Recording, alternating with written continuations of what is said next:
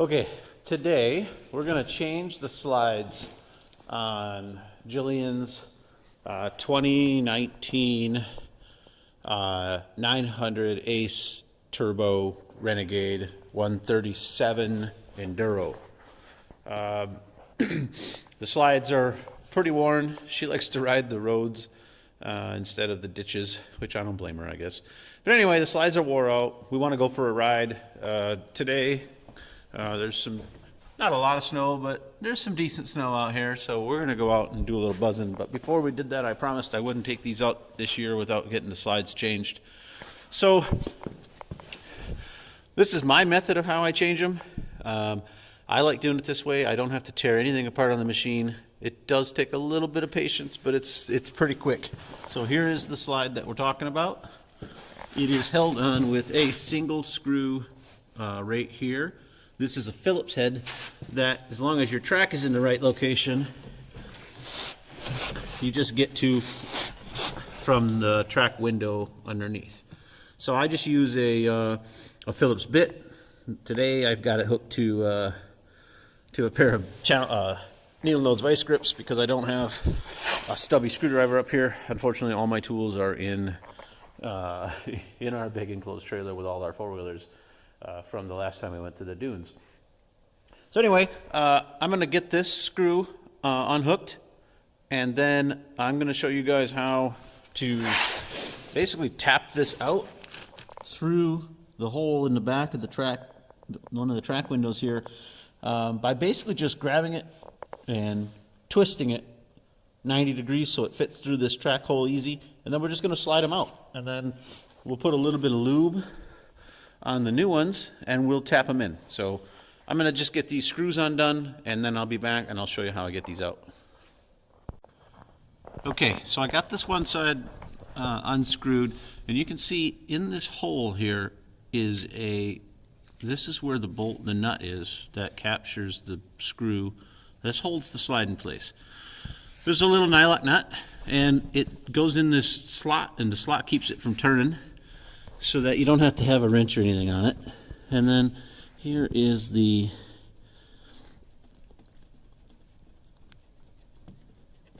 Phillips head screw that is in there. So I'm just going to hook these two back together real quick so we don't lose anything.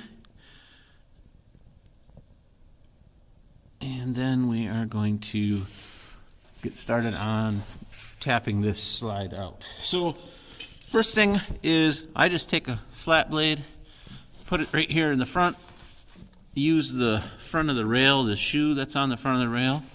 It's kind of a little way to get this thing started. You know, you're not going to move it a ton by wedging this in here, but you can get it started a little bit. And so there you can see I've already moved this about 3/4 of an inch. Now I'm going to take this flat blade screwdriver and a rubber mallet, and I am going to put it right here on the side of this and just let it dig in a little bit. And then I'm going to take the mallet and I'm going to tap it until it digs into the plastic of the slide. And then that's going to help me to drive this out. I'm going to find our mallet here. Yeah, here it is. So we're going to see if we can show you guys this while we're doing it. Again, we're going to take this. We want to get it so that it gets a little bit of a bite. And then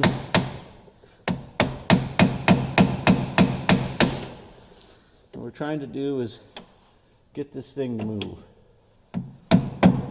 You want to be careful not to go too far in, because you don't want to end up marring up the aluminum rail. Well, now that we've got that started, we're going to come to the back of the track, and what we need to make sure is that this hole is going to line up for that to come out. It looks like I need to turn the track backward just a little bit, maybe like that. Okay, and now we're going to tap a few more times. Ultimately, I want to get that right to the end, and then I'm going to grab it with the needle nose. All right, I tapped on it a little more, and you can see it is now right here up against the track. I'm going to grab the needle nose And by the way, this is my fault. I knew these needed to be changed. Now I'm out here in the barn, January, freezing my ass off doing this. This is a job that's much better done in the summer, I can tell you that.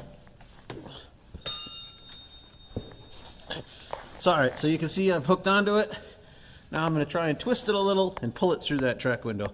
I got to put the phone down for this so I can get this started.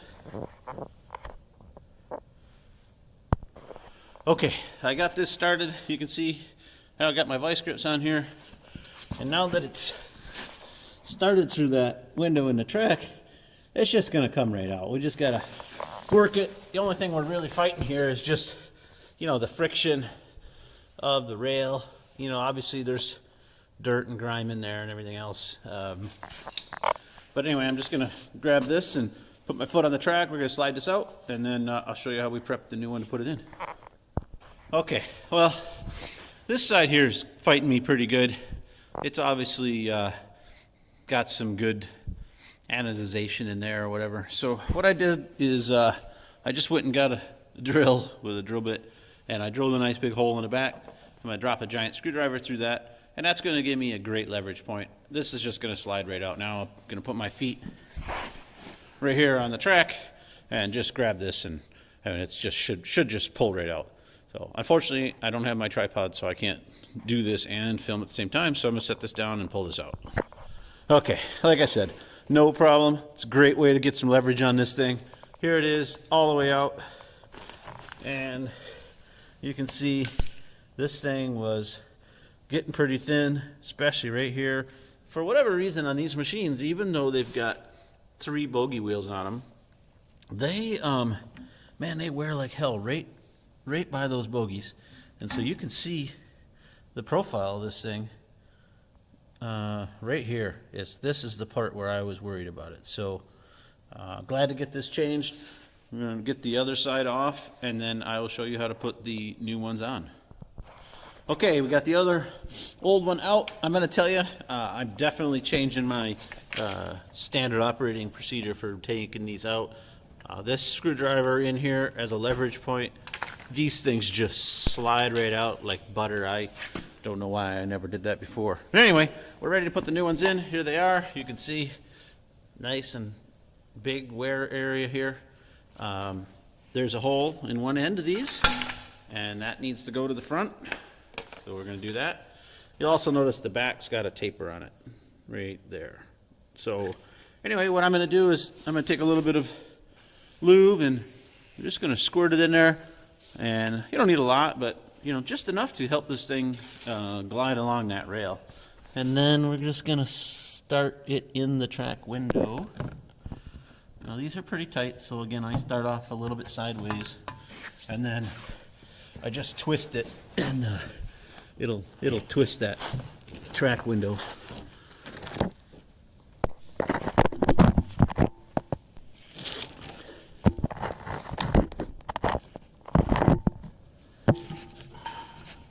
Like that. And then you just kind of lift it up, get it into place. And the goal here is it's going to end up starting onto that line right there. So we're going to set the camera here. No idea if that's going to stay. Doesn't look like it. All right. Well, I'm gonna take this. I'm gonna get it lined up. Again, my rubber mallet, and I'm just going to tap this on from the end with the rubber mallet until I get it buried into the track, and then I'll show you how I feed it in from there. I'll see you in a second. Okay, so I'm just tapping this in. I mean, you see, you don't have to barely even tap at all, and all you're really doing here is you're fighting the track window here, right? The rubber on the track window. But ultimately, it should move pretty effortlessly on the way in. And then once you clear the track, the thing just slides the rest of the way on once you're past the track window.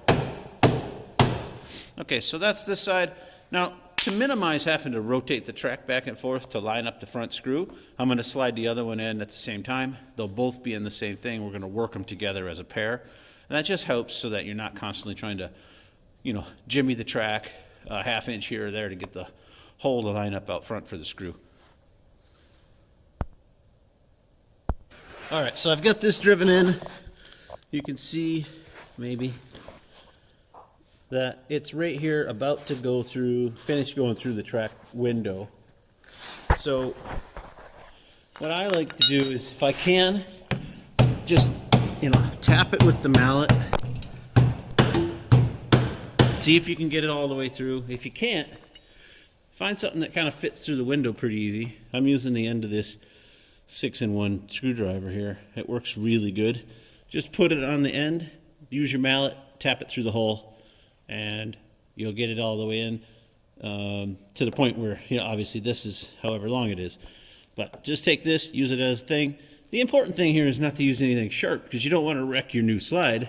So you don't want to use, the end of this screwdriver, because then you're just going to end up, basically compromising this this slide. So I'm going to use this. We're going to tap it in, and then I'll show you how I finish it up with a open end wrench. Okay, so I'm done with the screwdriver end. You can see basically I got it in that far. Now what I do is I take a box end wrench and I slide it through the hole and line it up with the back of that slide. I don't normally show or look, but you can see hopefully right there it's coming through. I take that and set it on there and just tap it in, and this is going to bring that slide all the way to the front. You can see there's about 2 inches to go. We're going to tap that in with our mallet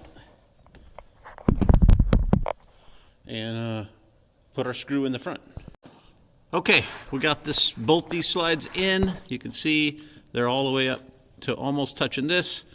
I've moved the track about a 1/2 inch to give myself a direct access to this hole through one of the track windows. When I was putting the slides to the back, I had to rotate it to get the slide started, but now that meant that this rib was right over top of the hole. This is why I do both slides at once, because then it makes this a lot easier. So we should be able to slide this screw right through the bottom and in, and look at that, right in.